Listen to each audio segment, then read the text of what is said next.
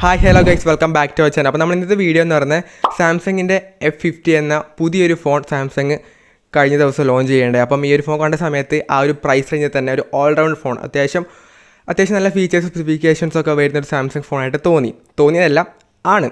അപ്പം ആ ഒരു ഫോണിൻ്റെ ഓവറോൾ സ്പെസിഫിക്കേഷൻസ്, പ്രൈസിങ്, എല്ലാ ഡീറ്റെയിൽസും ഈ ഒറ്റ വീഡിയോ നോക്കാം. അപ്പം വീഡിയോ ഇഷ്ടപ്പെടുക ലൈക്ക് ചെയ്യുക, ചാനൽ ഇഷ്ടപ്പെടുക ചാനൽ സബ്സ്ക്രൈബ് ചെയ്യുക. അപ്പോൾ നേരെ വീഡിയോയിലോട്ട്. ആദ്യം തന്നെ ഈ ഒരു ഫോണിൻ്റെ ബിൽഡ് ആൻഡ് ഡിസൈനിലേക്ക് വരാം. ഡിസൈൻ നിങ്ങൾക്ക് ഇവിടെ കാണാം. സാംസങ്ങിൻ്റെ ഒക്കെ തന്നെ ഒട്ടുമിക്ക ഫോണിലും വരുന്ന ആ ഒരു സെയിം ആയിട്ടുള്ള ഡിസൈൻ തന്നെയാണ്. കാണാൻ നല്ല രസമുണ്ട്. അങ്ങനെ കുറവും കാര്യങ്ങളൊന്നും പറയാനില്ല. ബാക്കിലൊരു ട്രിപ്പിൾ ക്യാമറ സെറ്റപ്പ് കൊടുത്തിട്ടുണ്ട്. ഒരു ഫ്ലാഷും വരുന്നുണ്ട്. ഗ്ലോസി ആയിട്ടുള്ള ഡിസൈനാണ് കൊടുത്തിട്ടുള്ളത്. എഡ്ജസ് ഒക്കെ തന്നെ നല്ല ഫ്ലാറ്റ് ആയിട്ടുള്ള, കാണാൻ നല്ല പ്രീമിയം ആയിട്ടുള്ള ഡിസൈൻ വരുന്നുണ്ട്. പ്ലാസ്റ്റിക്കിൻ്റെയാണ് ബിൽഡ്. അപ്പോൾ ഡിസൈൻ ബേസ് പറയുകയാണെങ്കിൽ കാണാൻ നല്ല ഡിസൈൻ വരുന്നുണ്ട്. അങ്ങനെ മോശം പറയാനില്ല, എന്നാലും നല്ലതും പറയാനില്ല. ഈ ഒരു റേഞ്ചിൽ നമ്മൾ കണ്ടുവരുന്ന സാംസങ് ഫോണിൻ്റെ ആ ഒരു ഡിസൈൻ തന്നെ ഇനിയും കൊടുത്തിട്ടുണ്ട്.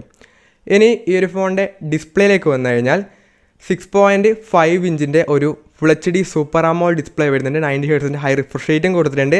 അതുപോലെ തന്നെ 800 നിറ്റ്സ് ആണ് പീക്ക് ബ്രൈറ്റ്നസ് ആയിട്ടും വരുന്നുണ്ട്. ഈ ഒരു പ്രൈസ് റേഞ്ച് നമ്മളങ്ങനെ കാണാത്ത ഒരു കോമ്പിനേഷനാണ്. അതായത് സൂപ്പർ AMOLED ഡിസ്പ്ലേ വിത്ത് 90 ഹെർട്സ്. സാധാരണ ഈ ഒരു റേഞ്ചിൽ IPS LCD വിത്ത് 90 ഹെർട്സിൽ 120 ഹെർട്സ് ഒക്കെ വരാറുണ്ട്. പക്ഷേ സൂപ്പർ AMOLED ഡിസ്പ്ലേയും ഹൈ റിഫ്രഷ് റേറ്റും അങ്ങനെ വരാറില്ല. അപ്പം ഈ ഒരു റേഞ്ചിലെ തന്നെ ഒരു ഏക ഫോൺ നമുക്ക് പറയാൻ പറ്റിയ ഒരു ഫോണാണ് സാംസങ്ങിൻ്റെ F50 5G എന്ന ഫോൺ. അപ്പോൾ ഡിസ്പ്ലേ വൈസ് സാധനം കിടലിനാണ്. അതുപോലെ തന്നെ ഡിസ്പ്ലേയുടെ മേലെ, അതായത് സെൽഫി ക്യാമറ നോച്ചിനകത്താണ് വരുന്നത്. അതൊരു പോരായ്മയായിട്ട് തോന്നി. കാരണം ഈ ഒരു റേഞ്ചിലെ മറ്റ് ഫോണിൽ നമുക്ക് പഞ്ച് ഹോൾ വരുന്ന സമയത്ത് ഇതൊരു പഴയ ഒരു ഡിസൈനാണ്. ബെസൽസൊക്കെ തന്നെ അത്യാവശ്യമുണ്ട്. അപ്പം ഡിസൈൻ വൈസിൽ നേരത്തെ ഡിസൈനിൽ പറയാൻ വിട്ടൊരു കാര്യമായിരുന്നു. അപ്പം ഡിസൈൻ വൈസ് അതൊരു പോരായ്മയായിട്ട് തോന്നി. ബട്ട് ഡിസ്പ്ലേ വൈസ് ഈ ഒരു റേഞ്ചിലെ ബെസ്റ്റായുള്ള ഡിസ്പ്ലേ സെറ്റപ്പ് ഈ ഒരു ഫോണിൽ കൊടുത്തിട്ടുണ്ട്. പിന്നീട് ഗൊറില്ല ഗ്ലാസ് 5യുടെ പ്രൊട്ടക്ഷനും ഫ്രണ്ടിൽ കൊടുത്തിട്ടുണ്ട്. ഇനിയിപ്പോൾ ക്യാമറയെ പറ്റി പറയുകയാണെങ്കിൽ 15 MB ഒരു പ്രൈമറി ക്യാമറ കൊടുത്തിട്ടുണ്ട്. 5 MB അൾട്രാ വൈഡ് ക്യാമറയും അതുപോലെ തന്നെ 2 MB ഒരു മാക്രോ ലെൻസും റിയർ സൈഡിൽ വരുന്നുണ്ട്. ഫ്രണ്ടിലേക്ക് വന്നു കഴിഞ്ഞാൽ 13 MP selfie camera water drop നോച്ചിനകത്താണ് കൊടുത്തിട്ടുള്ളത്. ഈ രണ്ട് ക്യാമറ, അതായത് റിയർ സൈഡും ഫ്രണ്ട് സൈഡും ഉപയോഗിച്ചുകൊണ്ട് നമുക്ക് 1080p 13 FPS വീഡിയോസ് മാത്രമേ ഷൂട്ട് ചെയ്യാൻ വേണ്ടി പറ്റുന്നുള്ളൂ. 4K വരുന്നില്ല. അത് ഈ റേഞ്ചിൽ അങ്ങനെ കാണാറില്ല. അപ്പോൾ ക്യാമറ വൈസ് പറയുകയാണെങ്കിൽ അത്യാവശ്യം നല്ല ക്യാമറയാണ്. നമ്മൾ ഈ 15 MB മാത്രം ഇല്ലെങ്കിൽ പോലും അത്യാവശ്യം നല്ല ക്വാളിറ്റിയിലെ ഫോട്ടോസ് വരുന്നുണ്ട്. സാംസങ്ങിൽ ഒട്ടുമിക്ക ഫോണിലും നല്ല ക്യാമറ ആയിരിക്കും. എന്തും ഏതൊരു പ്രൈസ് റേഞ്ച് ആണെങ്കിൽ നല്ല ക്യാമറ ഔട്ട്പുട്ട് കിട്ടാറുണ്ട്. അതുപോലെ തന്നെ ഈ ഒരു ഫോണിലും നല്ലൊരു ഫോട്ടോസും വീഡിയോസൊക്കെ നമുക്ക് ഷൂട്ട് ചെയ്യാനും അല്ലെങ്കിൽ ഫോട്ടോ എടുക്കാനൊക്കെ പറ്റുന്നതായിരിക്കും. നല്ല ക്യാമറ വരുന്നുണ്ട്. അതേ പറയാനുള്ളൂ. ക്യാമറ യൂസൊക്കെ നോക്കാം. സെൽഫി ക്യാമറയും തരക്കേടില്ലാത്ത ഒരു സെൽഫി ക്യാമറയും വരുന്നുണ്ട്. സോ ക്യാമറ വൈസ് ആണെങ്കിലും ഫോൺ ബെറ്ററായിട്ട് നല്ല സ്പെസിഫിക്കേഷൻ, നല്ല ഫീച്ചേഴ്സൊക്കെ തന്നെ ക്യാമറ വൈസിലും വരുന്നുണ്ട്. അപ്പോൾ ക്യാമറയും ബെറ്ററായിട്ട് നല്ല ക്യാമറ വരുന്നുണ്ട്. ഇനി പെർഫോമൻസിൽ പറയുകയാണെങ്കിൽ മിയാടെക്കിൻ്റെ ഡയമൻസിറ്റി 6100 എന്ന പ്രോസർ കൊടുത്തിട്ടുണ്ട്. ഇതൊരു 6nm പ്രോസറാണ്. അത്യാവശ്യം തിരക്കേടില്ലാത്ത ഗെയിമിങ്ങിനാണെങ്കിലും ഓവറോൾ ഡേ ടു ഡേ യൂസിനാണെങ്കിലും നല്ല കുഴപ്പമില്ലാത്ത നല്ലൊരു പെർഫോമൻസ് വരുന്ന പ്രോസർ. സാധാരണ എക്സിനോസിൻ്റെ പ്രോസറാണ് വെക്കാറ്. പക്ഷേ അത്യാവശ്യം ബെറ്റർ ആയിട്ടുള്ളൊരു പ്രോസർ ഇപ്രാവശ്യം കൊടുത്തിട്ടുണ്ട്. സോ ഡീസൻ്റ് ആയിട്ടുള്ള പ്രോസറാണ്. വലിയ മികച്ച ഗെയിമിങ് അങ്ങനത്തെ കാര്യങ്ങളൊന്നുമില്ല.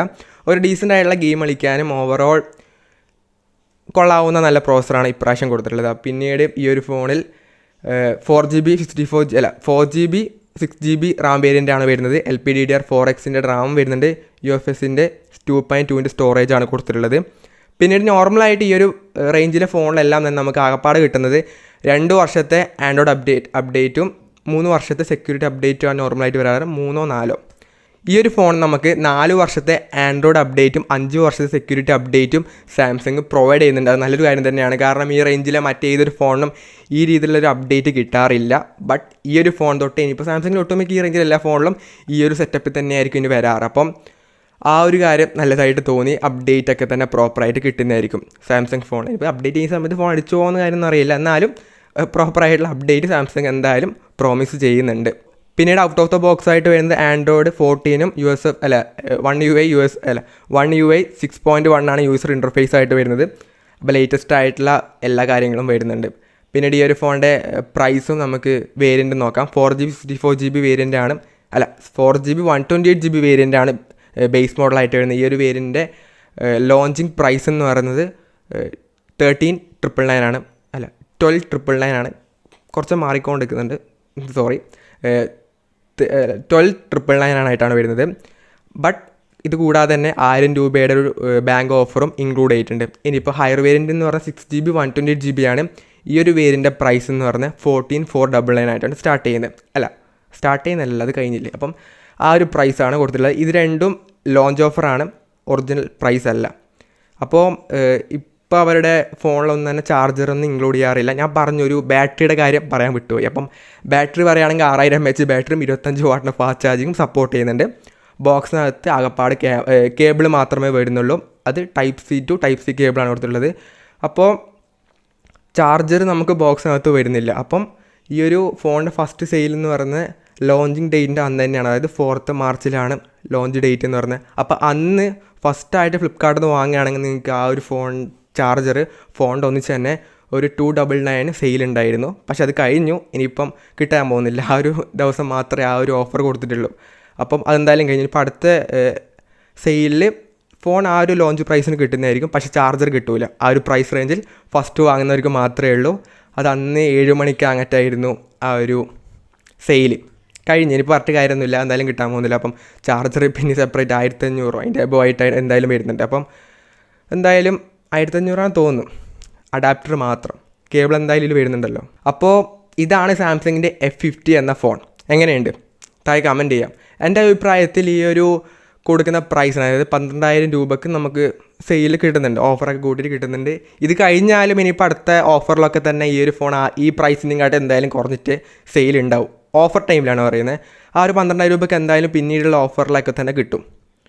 അപ്പോൾ അതുകൊണ്ട് പേടിക്കേണ്ട ആവശ്യമില്ല. അപ്പോൾ 12,000 രൂപയ്ക്ക് റേഞ്ച് നമ്മൾ നോക്കിക്കഴിഞ്ഞാൽ അത്യാവശ്യം നല്ല ഡിസ്പ്ലേ വരുന്നുണ്ട്, നല്ല ഡിസൈൻ വരുന്നുണ്ട്, നല്ല ബാറ്ററി വരുന്നുണ്ട്, അത്യാവശ്യം നല്ല പെർഫോമൻസ്, നല്ല ക്യാമറ, എല്ലാം കൂടി ഒരു ഓൾറൗണ്ടർ ആയിട്ടുള്ള ഫോൺ. നോർമലി സാംസങ്ങിന് എല്ലാ ഫോണിലും അങ്ങനെ എല്ലാ രീതിയിലും ഒരു ബെറ്റർ ആയിട്ടുള്ള ഒരു ഇത് പറയാറില്ല. പക്ഷേ ഈ ഒരു ഫോൺ അത്യാവശ്യം എല്ലാ സെഗ്മെൻറ്റ് നോക്കിക്കഴിഞ്ഞാലും ഒരു നല്ല രീതിയിൽ തന്നെ സ്പെസിഫിക്കേഷൻസ് ഒക്കെ തന്നെ കൊടുത്തിട്ടുണ്ട്. അപ്പം നല്ലൊരു സാംസങ്ങിൻ്റെ ഫോൺ എന്ന് തന്നെ വേണം പറയാൻ പറ്റിയ നല്ലൊരു ഫോൺ തന്നെയാണ്.